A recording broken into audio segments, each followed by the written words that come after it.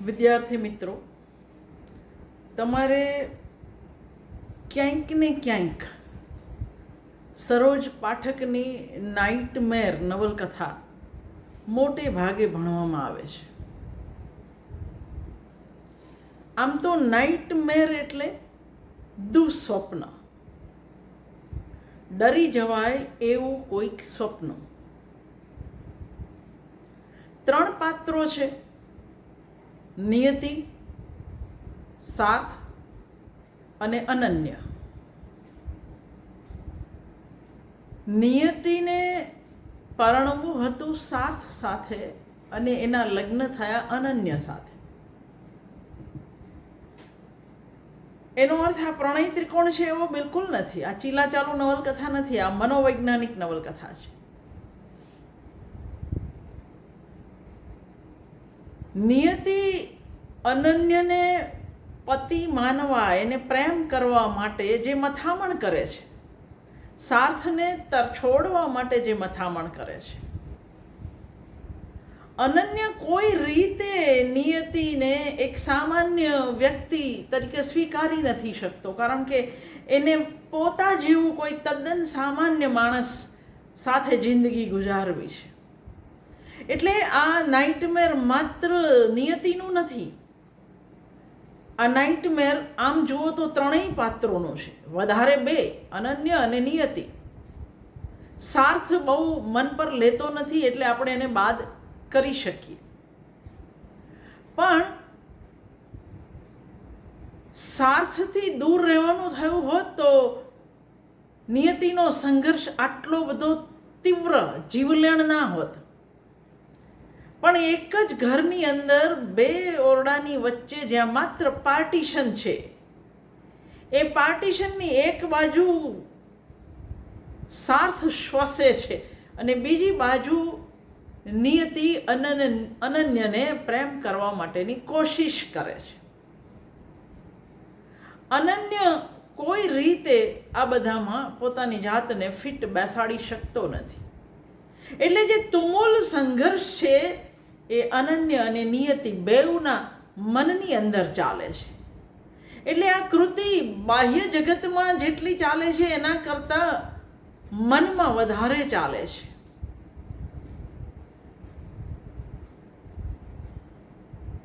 સપનું બધાને ગમે, પણ દુઃસ્વપ્ન. લગ્ન એ સપનું હોય, પણ નિયતિ અને અનન્ય માટે લગ્ન એ નાઇટમેર પુરવાર થાય છે, દુઃસ્વપ્ન પુરવાર થાય છે. 3 લેખ જાણીતા છે નાઇટમેર માટે. એક નરેશ વેદના ગુજરાતી કથા વિશ્વ પુસ્તકની અંદર ભાનુપ્રસાદ પંડ્યાનો લેખ.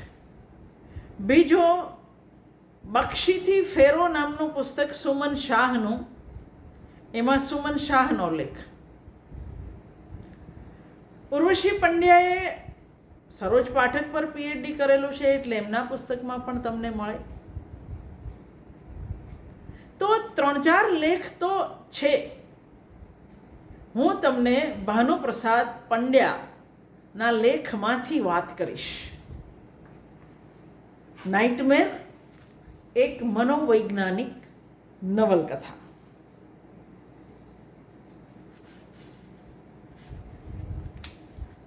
નાઇટમેર એ બહિર જગત, બહારના જગતની ગતિવિધિ આલેખવાને બદલે પાત્રોના મનની ગતિવિધિનું આલેખન કરે છે. અહીં જે છે એ મનની લીલાઓ છે. બાહ્ય લીલા છે, નથી એવું નથી, પણ વધારે અહીં મનની લીલાનું આલેખન થયું છે. આમ તો દુનિયાનો દરેક માણસ અંદર અને બહાર બેઉ જીવે છે. મનોમય પણ જીવતો હોય છે ને બાહ્ય જગતમાં પણ જીવતો હોય છે.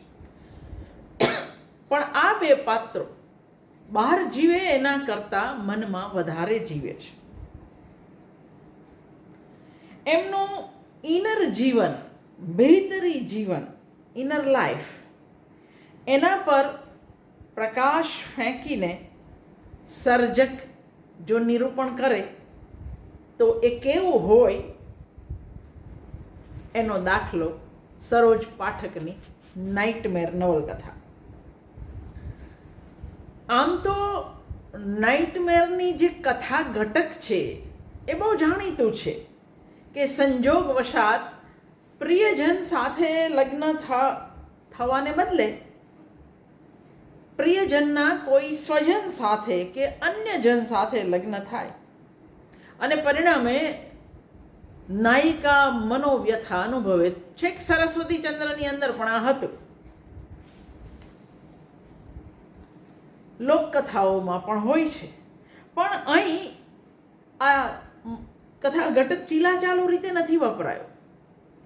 અહીં જે પીડા છે, જે સંઘર્ષ છે, અથવા તો જેને આપણે કહીએ કે જે વ્યથા છે, એ માત્ર નાયિકાની નથી, એ એટલી જ અનન્યની પણ છે. એ રીતે આ કથા બાકીની કથાઓથી જુદી પડે છે. આ નવલકથાની વાર્તાને જો ઝડપભેર કહી દઈએ તો થોડોક સમાજ સંદર્ભ પણ એની અંદર આવે છે, પણ સર્જકે સામાજિક સંદર્ભ પર એટલો ભાર મૂક્યો નથી.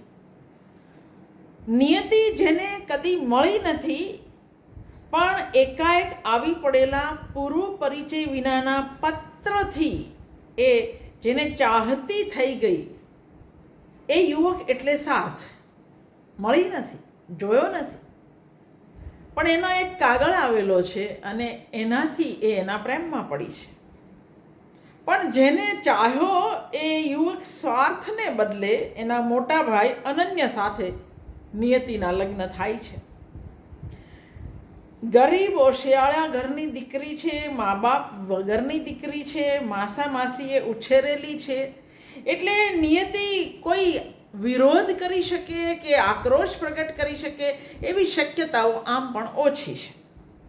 આ એનો સામાજિક સંદર્ભ કે કેમ એણે વિરોધ ના કર્યો. પરિસ્થિતિનો સ્વીકાર કરવા સિવાય નિયતિ પાસે બહુ રસ્તા નથી. એણે આ પરિસ્થિતિ સ્વીકારી લેવી પડે એવી એની હાલત છે. એટલે કદાચ તમને એવું લાગે કે આ તો સામાજિક ઘટના મુખ્ય થઈ ગઈ અને મનની લીલા ગૌણ થઈ ગઈ. નહીં, આટલા પૂરતો જ સામાજિક સંદર્ભ આવશે, પછી નહીં આવે.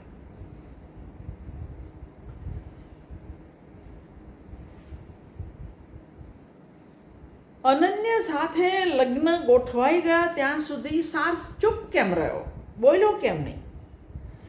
તો ઘરમાં બોલી ન શકાય, જેના કાયદાનું ઉલ્લંઘન થઈ જ ન શકે એવા વડીલો બાપાજી અને ફોઈબા આ પ્રકારના લગ્નમાં મહત્વનો ભાગ ભજવી રહ્યા હતા. અને એટલે ન તો સાર્થ કશું બંડ પોકારી શક્યો, ન નિયતિ કોઈ બંડ પોકારી શકી. પણ બેઉના મનમાં તો અનેક પ્રકારના વમળ ઉઠી રહ્યા છે. બાહ્ય વાસ્તવનો ભાર નિયતિના ચિત્તમાં વેરાઈ અને વિખેરાઈ ગયો છે. એના ચિત્તને આ બાહ્ય વાસ્તવ એટલે સાથ નહીં પણ અનન્ય, એના કારણે એના મનમાં ભાત ભાતના મોજા વિચારોના મનોવર્તુળ ઉઠે છે. એક મનોવર્તુળના કેન્દ્રમાંથી બીજું અને એમાંથી ત્રીજું એમ એ વર્તુળો ઉઠ્યા કરે છે અને નવલકથા આકાર લેતી જાય છે. એના મનના આ મનોવર્તુળોનું ચાલક બળ શું છે? તો મુખ્ય પ્રશ્ન તો એને એ છે કે સાર્થ નિષ્ક્રિય કેમ રહ્યો? પરિસ્થિતિ એવી સર્જાઈ કે સાર્થ પાછો મોટાભાઈ અનન્યના ઘરમાં એની સાથે જ રહ્યો, બીજે કશે રહેવા પણ ના ગયો. સાર્થ અત્યંત ઓછા બોલો એકલ સૂડો અને વિલક્ષણ કહી શકાય એવો છોકરો છે. એટલે નિયતિના ચિત્તમાં એના પ્રત્યે એક તરફથી ઘૃણાનો ભાવ જાગે છે. એને સાર્થ અપરાધી લાગે છે. પોતાની આવી દશા સાર્થે જ કરી એવું એને લાગે છે. તો બીજી તરફથી પેલા પત્રના કારણે મનમાં જે પ્રેમ જાગેલો એ હજી તે લુપ્ત થયો નથી, હજુ જીવે છે. આથી એક બાજુ ઘૃણા અને બીજી બાજુ પ્રેમ, એવા એક સંકુલ સંવેદન સાર્થ પ્રત્યે નિયતિ અનુભવે છે. નિયતિના ચિત્તનો ચાકડો સતત ફરતો રહે છે. ક્યારેક એમાં અનન્ય પ્રત્યે પ્રેમ ઉભરાય છે, ક્યારેક સાર્થ પ્રત્યે, ક્યારેક સાર્થ પ્રત્યે ઘૃણા ઉભરાય છે. ચાલતું જ રહે છે.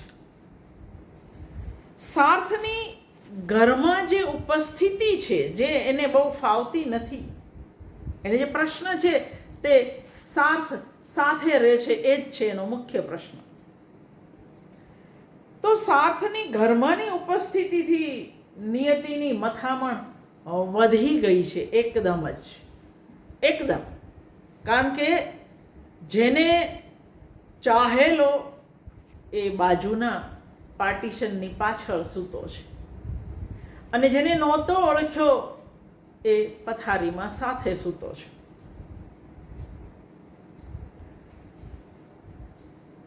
નિયતિ માટે આ પરિસ્થિતિ સહ્ય હોત જો સસરા અને ફોઈબા બેઉ સાથે રહ્યા હોત તો.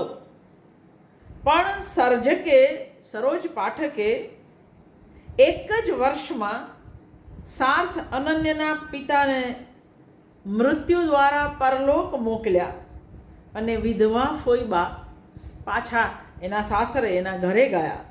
કારણ કે હવે ઘર ચલાવવાની જવાબદારી નિયતિની છે, એટલે એ પોતાને ઘેર પાછા ગયા. એટલે તમે આમ એવું કહી શકો કે આ તો એક અકસ્માત છે, આવું તો બને. પણ એ અકસ્માતને કારણે આ બાહ્ય ઘટના છે, પણ એ બાહ્ય ઘટનાએ નિયતિના મનનું ભારણ કેટલું વધારી દીધું. હવે જમાડવાથી માંડીને દરેક જવાબદારી સાર્થની નિયતિ પર આવી ગઈ.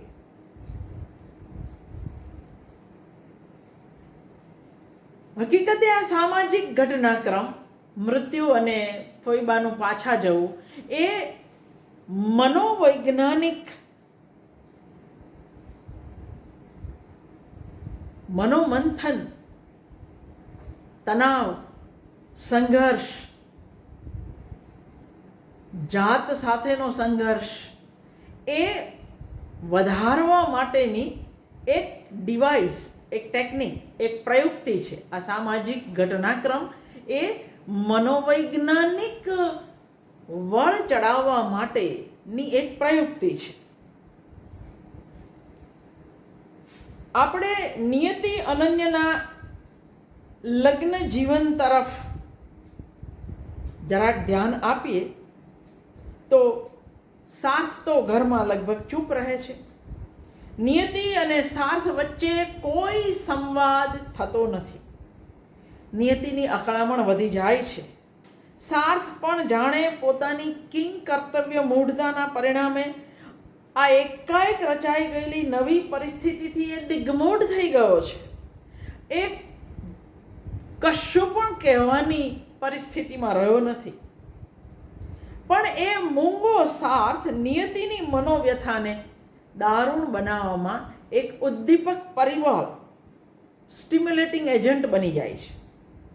3 વર્ષથી નિયતિ આ યાતના વેઠી રહી છે, અનુભવી રહી છે.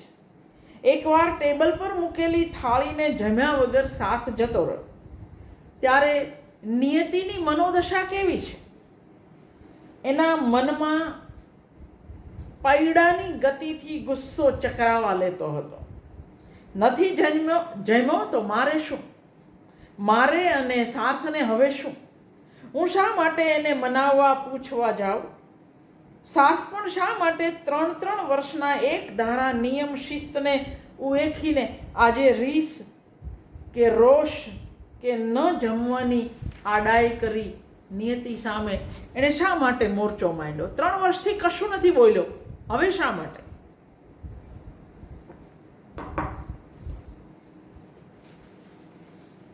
અને એને આવો રોષ વ્યક્ત કરવાનો અધિકાર કોણે આપ્યો? નિયતિ મનોમન દલીલ કરે છે કે હું આ ઘરમાં અનન્યની પત્ની છું, મારે બીજી કોઈ વાત સાથે લેવા દેવા નથી.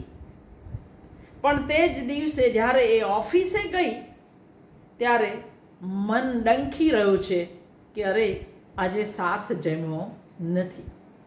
તો એ એના પર ગુસ્સે પણ નથી થઈ શકતી, એને ઘૃણા પણ નથી કરી શકતી અને એને પ્રેમ કરી શકે એવી બાહ્ય પરિસ્થિતિ નથી. બીજી બાજુ અનન્યને પરણીને આવી ત્યારે પ્રથમ રાત્રિએ જ એણે અનન્યનો અપમાનજનક સામનો કર્યો હતો. એની એ રાતની આવી મુદ્રા અનન્યએ જોઈ હતી. અનન્યને કેવી નિયતિ જોવા મળી? એની આંખની તીખાશ, નઠોરતા, નીતરતો તિરસ્કાર એનો નિશ્ચય જાહેર કરી દેતો હતો. એણે કઠોર વચનો ગોઠવી રાખ્યા હતા, ગોખી રાખ્યા હતા. કપરો સાગર તરવા શરીરના બધા જ સાજ શણગારનો ભાર બોજ એ જાતે ઉતારીને જાણે કે સજ્જ થઈ ગઈ હતી. આવી તિરસ્કૃત નજરને કારણે અનન્ય છેક સવાર સુધી આરામ ખુરશી પર સિગરેટ પીતો પડ્યો રહ્યો. આમ સાર્થ પ્રત્યે કૃતક ઉપેક્ષા, રોષ, મૂંઝવણ ભર્યો ગુસ્સો અને પછીથી ભીતરમાં ઊંડે ઊંડે અણજાણપણે અનુભવેલી પ્રીતિ તો અનન્ય પ્રત્યે કૃતક રીતે અનન્ય જ મારા પતિ એવું લોહિયાળ વાલ એ દર્શાવે છે અને મનોમન એને અપરાધી સ્થાપે છે. તો અહીં પણ પાછા 2 પરિબળ છે, 2 પરિમાણ છે અને નિયતિની પ્રતિક્રિયાઓ 2 પ્રકારની છે.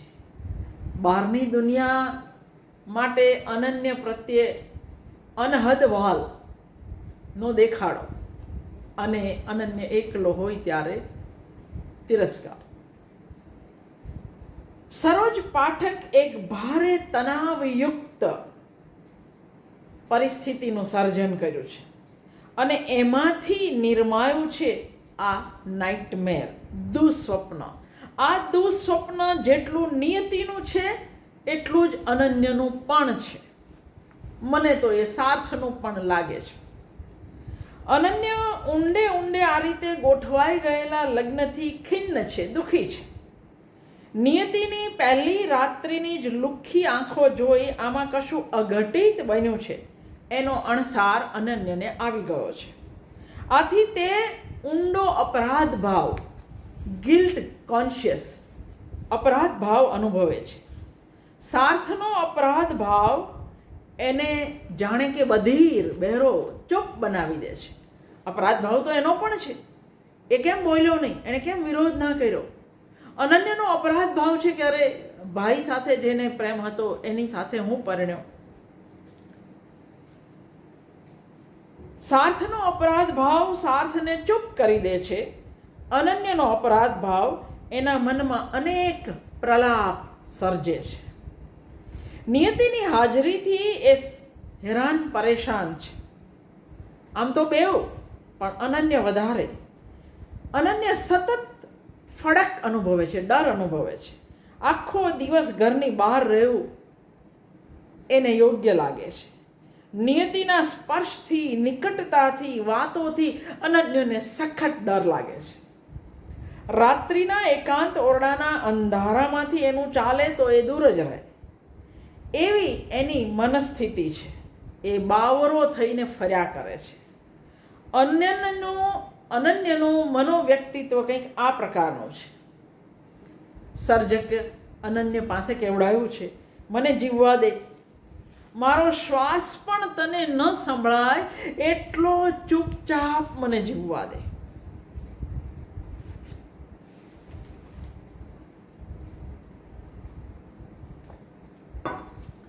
અનન્ય નિયતિ પાસે ઓશિયાળાપણાનો અનુભવ કરે છે. દયનીય લાગે એ રીતે વર્તે છે. સરોજ પાઠકે અનન્ય રૂપે એક વિલક્ષણ મનોગ્રંથિવાળું ચરિત્ર સર્જ્યું છે. અનન્ય સ્ત્રીનો સહજ પ્રેમ ઝંખે છે, જે એને નિયતિ પાસેથી નથી મળતો. રાત્રે સોળમાં પડ્યો ઊંઘમાં એ નિન્ની એવું બોલી ઉઠે છે, પણ ત્યારેય એના મુખ પરનો ભાવ તો અનાથાશ્રમના બાળક જેવો હશે એવી એ જ કલ્પના કરે છે. અનન્યને હળવાશ જોઈતી હતી. એ ઈચ્છે છે કે કોઈ સામાન્ય સ્વજનની જેમ નિયતિ વર્તે, તો પોતે મુક્ત થઈને જરાક શ્વાસ લઈ શકે. નિયતિના કૃતક વાલની ભીંસ એને છળ સ્વપ્ન જેવી લાગે છે. એ વાલનો ભારે બોજ અનુભવે છે. આમ તો આ નવલકથા માત્ર નિયતિનું નહીં, અનન્યનું પણ એક નાઇટમેર છે. અનન્ય નિયતિ બંનેના આંતર જીવનનો એ આલેખ છે. એમના સૂક્ષ્મ મન સંક્રમણ, એના મનમાં ચાલતા જે વિચારો છે એ આપણને એમની માનસિક વ્યથાની કથા કરે છે.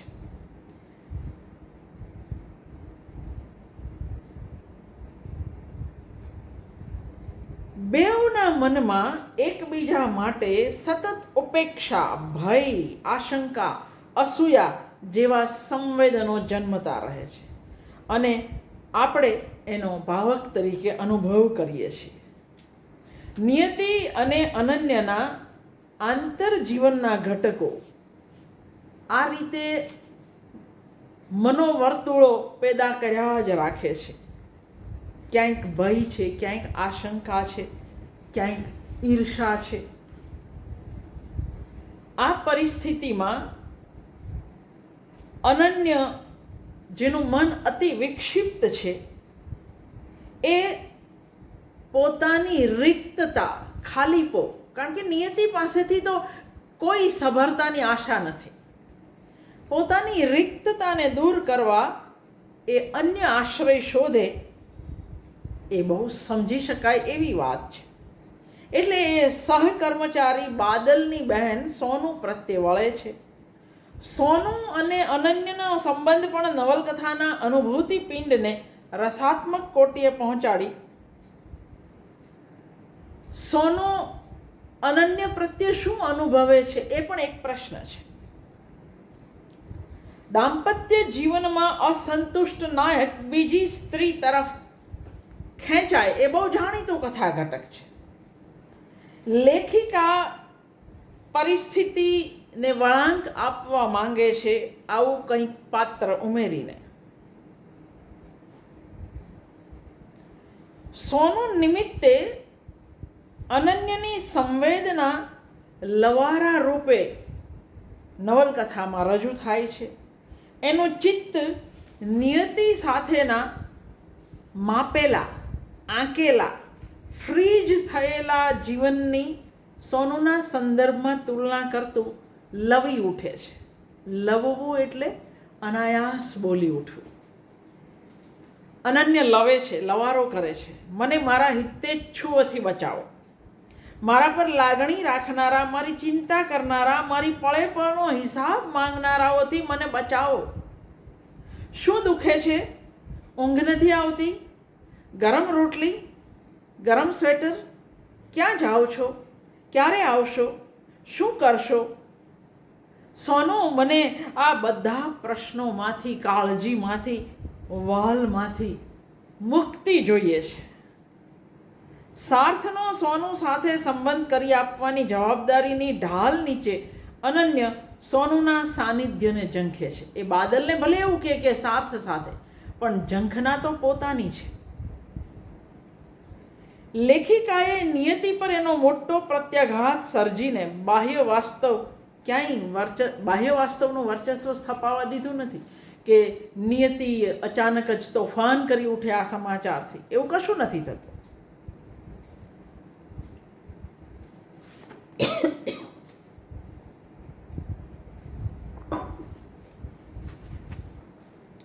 અનન્ય 3 મહિના માટે બદલી માંગે છે. ત્યાં આગળ સોનુ અને બાદલને બોલાવે છે અનન્યની ગેરહાજરીમાં એક જ ઘરમાં સાથે સાથે રહેવું પડે સાથે ત્યારે કઈ રીતે વર્તવું એની નિયતિ મથામણ અનુભવે છે.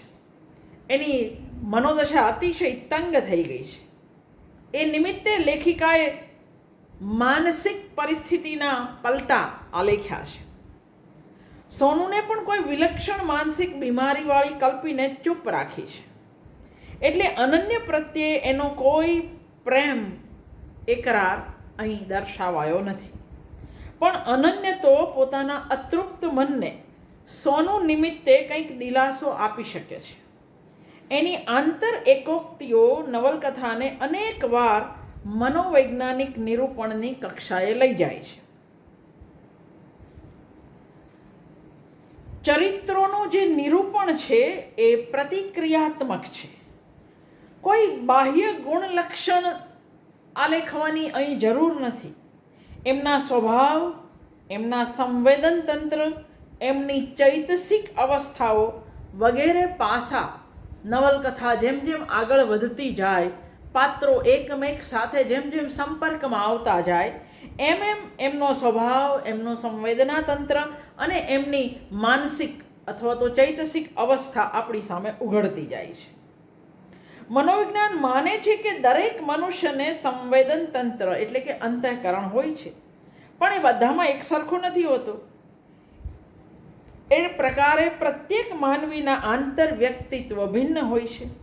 એટલે સરોજ પાઠક કેટલીક પ્રયુક્તિઓ દ્વારા ચરિત્રોના વ્યક્તિગત સંવેદન તંત્રનું વૈવિધ્ય પણ નિરૂપી શક્યા છે. અનન્ય, નિયતિ જેવા ચરિત્રો આંતર જીવનમાં નિરાળા દેખાય એનું આલેખન કરવાનો એમનો પ્રયાસ છે. સપાટી પરના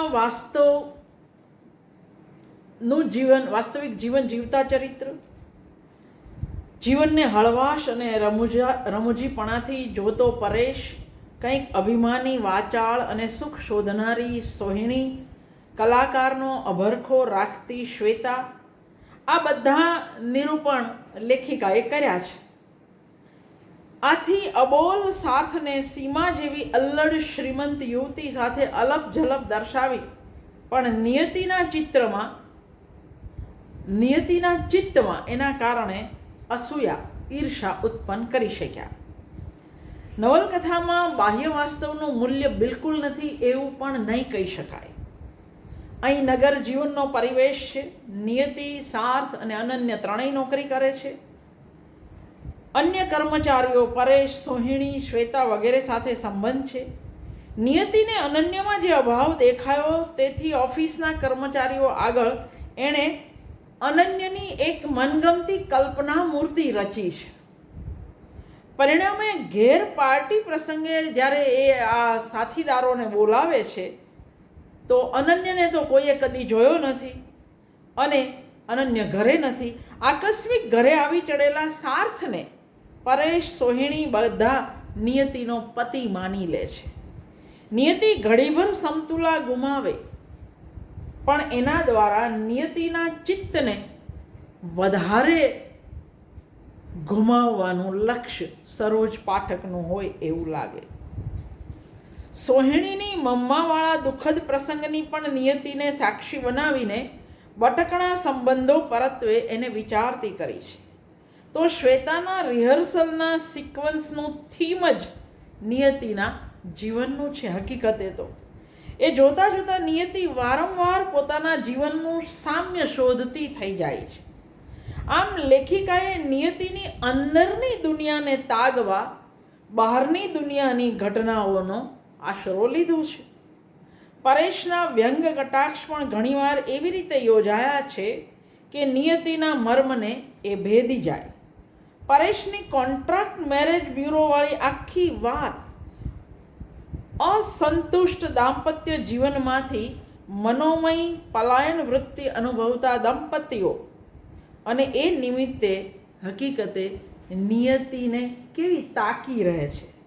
આમ બાહ્ય વાસ્તવનું મનોવાસ્તવમાં રૂપાંતર સાધવાની સરોજ પાઠકની સૂઝ માટે માન થાય.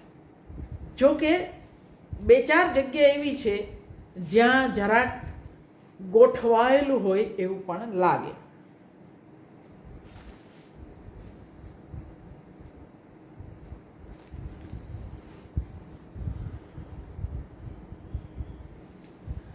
સાંપ્રત સમયમાં ભૂતકાળ સર્જક લઈ આવે છે. 6 માસ, 3 વર્ષ, 1 વર્ષ એમ સ્થૂળ સમય સંકેતો પણ એમણે કર્યા છે. કૃતિનો જે સમય છે એ સ્થૂળ ઓછો, ચૈતસિક વધારે છે. એટલે સમય ગણવાને બદલે નિયતિની ચૈતસિક અવસ્થા આપણે સતત અહીં જોતા રહીએ છીએ. ભાષાના સ્તર પણ વિવિધ પરિમાણ ધરે છે. નિયતિ અનન્યની માનસિક ગુંગળામણને મૂર્ત કરતું ગદ્ય આંતરચેતના પ્રવાહનું સ્મરણ કરાવતું લાગે. અમે, તમે, તેઓ બધા અને હું, એ લોકોને હું, ઘસાયેલી રેકોર્ડ અને હું, ઘાસની ઘાણીનો બળદ અને હું, એવા વાક્યોમાં ચૈતસિક આબોહવા અનુભવાય. વાક્યનો અન્વય તૂટે પણ વિચાર તૂટતો ન હોય એવું પણ બને. પાર્ટી વખતની બરછીની ધાર જેવી વાણીનું ગદ્ય, કાફે હાઉસમાં પરેશ સોહિણીના ટોલ ટપ્પાનું વિશિષ્ટ નાગરિક ચબરાકિયા દાખવતું ગદ્ય, ટીખળ અન્યોક્તિ, ઠઠ્ઠા મશ્કરી એમ સરોજ પાઠક ભાષાને રમાડી શકે છે. પણ એમની ભાષા જરાક મોટે ભાગે એમની ભાષામાં શબ્દાળુતા કઠે. એ શબ્દાળુતા નાઇટમેરમાં પણ કઠે છે. નવલકથા બાહ્ય વાસ્તવ પર સરતી હોય એવું અંત ભાગમાં લાગે. અનન્યને નિયતિના મિત્રોથી છેક સુધી અજાણ્યો રખાયો એ તો ઠીક, પણ અનન્યને પરપુરુષ માનનારી રોહિણી નિયતિના ઉદરમાંનો ગર્ભ પણ પરપુરુષનો છે એટલી હદે માનવા માંડે તોય નિયતિ ચૂપ રહે એ પેલા બાહ્ય વાસ્તવના દ્રષ્ટિકોણથી જોઈએ તો બહુ ગળે ઉતરતું નથી. નવલકથાના અંત ભાગમાં નિયતિ પણ પોતાની સગર્ભાવસ્થા વિશે મથામણ કરતી દેખાય છે. ત્યાં એની નારી ચરિત્રની આ નવી મથામણ લેખિકા રજૂ કરે છે. અનન્ય બદલી સ્થળે જતાં લેખિકાએ અંતે સોનાને ખસેડી લીધી, નિયતિને પણ એ દિશામાં દોરી. આ બધા પ્રસંગોમાં સર્જક જરાક ઉતાવળે બહારની દુનિયામાં ધસી ગયા, પરંતુ સ્વપ્ન, દીવા સ્વપ્ન, છળ સ્વપ્ન જેવી ધૂંધળી આંતરસૃષ્ટિનો સ્પર્શ તો ત્યાં પણ અનુભવાય છે. નાઇટમેરની એ ધૂમિલ સૃષ્ટિને અનુરૂપ ભાષાકીય પરિમાણ પ્રગટી શક્યું છે. ગુજરાતીમાં મનોવૈજ્ઞાનિક નવલકથા શોધનારે નાઇટમેરના અભ્યાસ કરવો જ પડે. આ એક લેખ સમય મળશે તો સુમનભાઈનો લેખ પણ આપણે કરીશું, પણ સુમનભાઈની ચોપડી આરામથી મળે છે, બક્ષીથી ફેરો, અને એમાં નાઇટમેરનો વિશેનો લેખ વાંચજો.